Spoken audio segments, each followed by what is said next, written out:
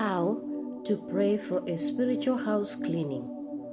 Any object, physical or spiritual, in my house, attracting unseen guests, I break every covenant between you and me, and I set you on fire. Any object in my house causing my life to go backwards, I nullify every covenant between you and me, and I set you on fire. Any object in my house causing my financial failure, I nullify every covenant between you and me, and I set you on fire. Any object in my house causing my life to be stagnant or putting my life on hold, I nullify every covenant between you and me, and I set you on fire. Any objects in my house causing my business to fail or making me jobless, I nullify every covenant between you and me, and I set you on fire.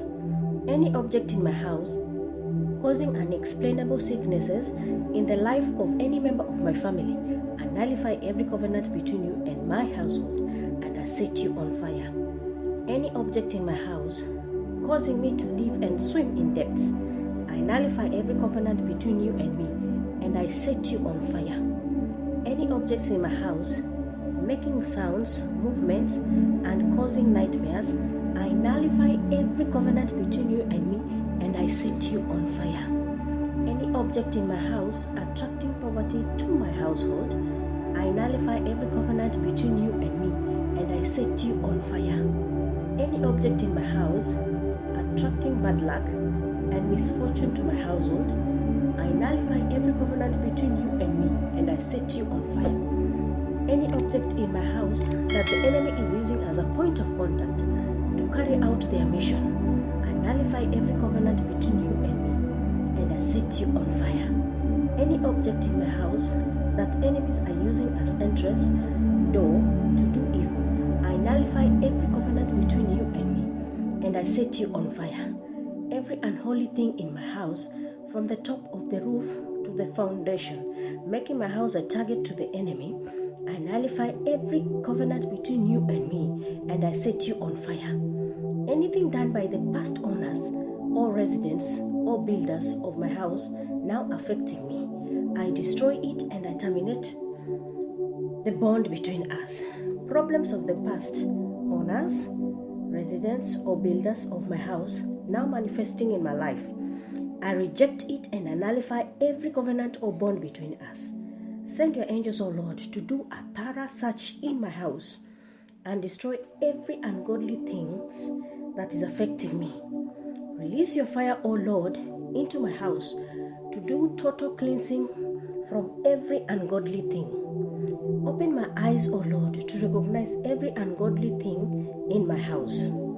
Anything in my house, O Lord, that you do not approve of, break all of them into irreparable pieces. Every spirit and power that I have ignorantly permitted to invade my house, I command it to leave. You are no longer permitted. Every spirit and power that the previous residents or the owners or the builders have permitted to invade my house, I command it to leave. You are no longer permitted. Every spirit and power that have made my house their meeting place, I command it to leave. You are no longer permitted. Every spirit and power sent to my house to frustrate me, I command you to leave. You are no longer permitted. Every spirit and power sent to my house to oppress me, I command you to leave. You are no longer permitted. I cover every nook and corner, every room and hallway in the blood of Jesus.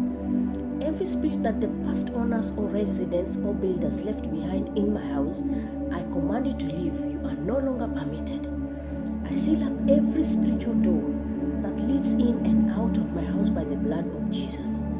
Every evil spirit that followed me home from any ungodly business that I have done, I repent and I command you to leave. You are no longer permitted.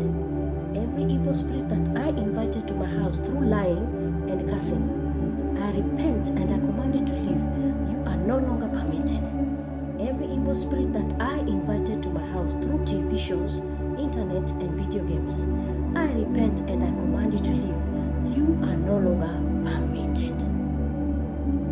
Genesis 35 from verse 1 to 5. God said to Jacob, "Go to Bethel at once and live there, build an altar there to me, the God who appeared to you when you were running away from your brother Esau."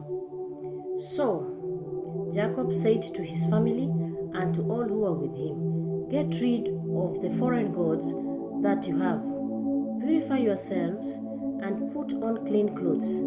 We are going to leave here and go to Bethel, where I will build an altar to the God who helped me in the time of my trouble, and who has been with me everywhere I have gone." So they gave Jacob all the foreign gods that they had, and also the earrings that they were wearing. He buried them beneath the oak tree near Shechem. When Jacob and his sons started to leave, great fear fell on the people of the nearby towns, and they did not pursue them. Joshua 7 from verses 1 to 4, and then from verses 24 to 26. The Lord's command to Israel not to take from Jericho anything that was to be destroyed was not obeyed.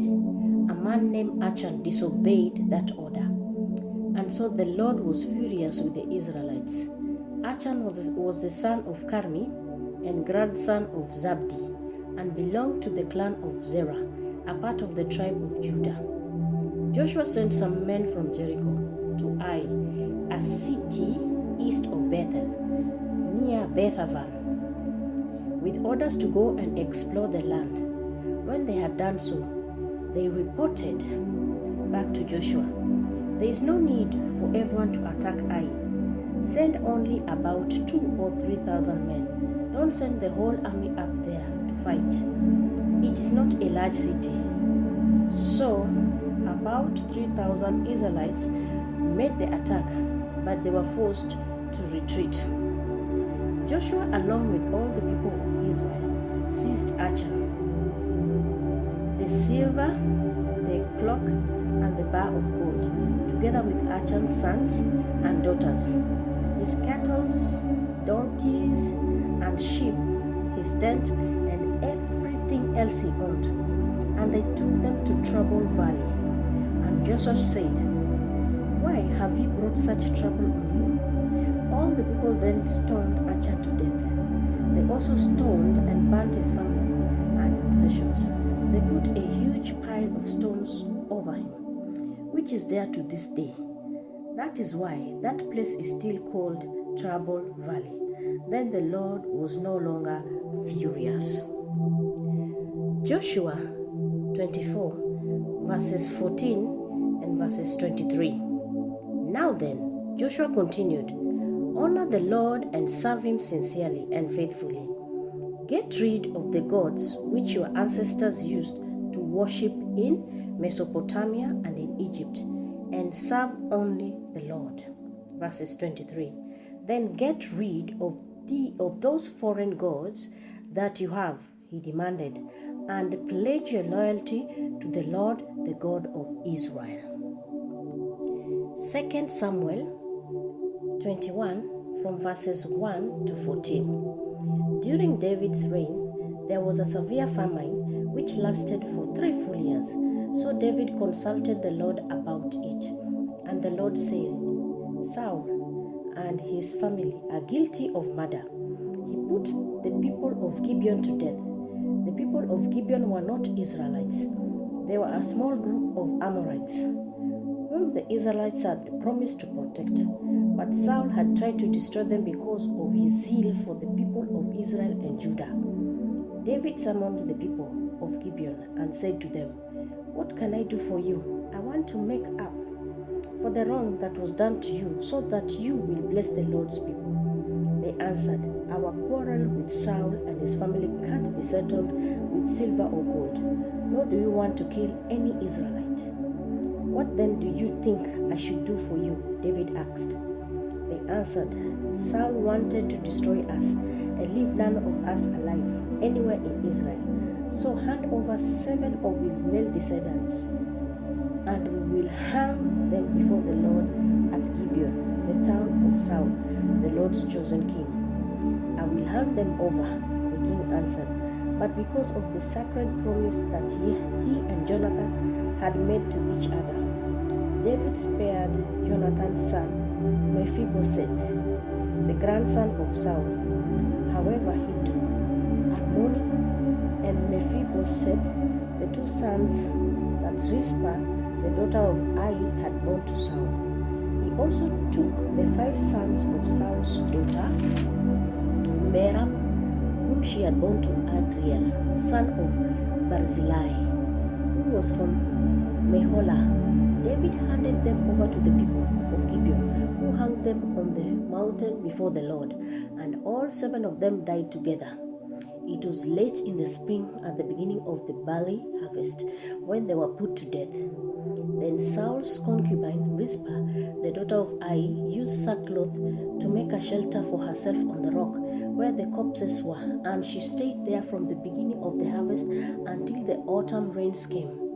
During the day, she would keep the birds away from the corpses, and at night she would protect them from wild animals. When David heard what Rizpah had done, he went and got the bones of Saul and his son Jonathan from the people of Jabesh in Gilead. They had stolen them from the public square in Bethshan, where the Philistines had hanged the bodies on the day they killed Saul on Mount Gilboa. David took the bones of Saul and Jonathan and also gathered up the bones of the 7 men who had been hanged. Then they buried the bones of Saul and Jonathan in the grave of Saul's father Kish in Zelah, in the territory of Benjamin, doing all that the king had commanded. And that God answered their prayers for the country. Acts 19 from verses 17 to 20. All the Jews and Gentiles who lived in Ephesus heard about this. They were all filled with fear, and the name of the Lord Jesus was given greater honor. Many of the believers came publicly admitting and revealing what they had done. Many of those who had practiced magic brought their books together and burnt them in public. They added up the price of the books, and the total came to 50,000 silver coins. In this powerful way, the word of the Lord kept spreading and growing stronger. That's all for now. If you like such kind of videos, then consider subscribing, liking, commenting, and sharing to your friends. Thank you, and bye.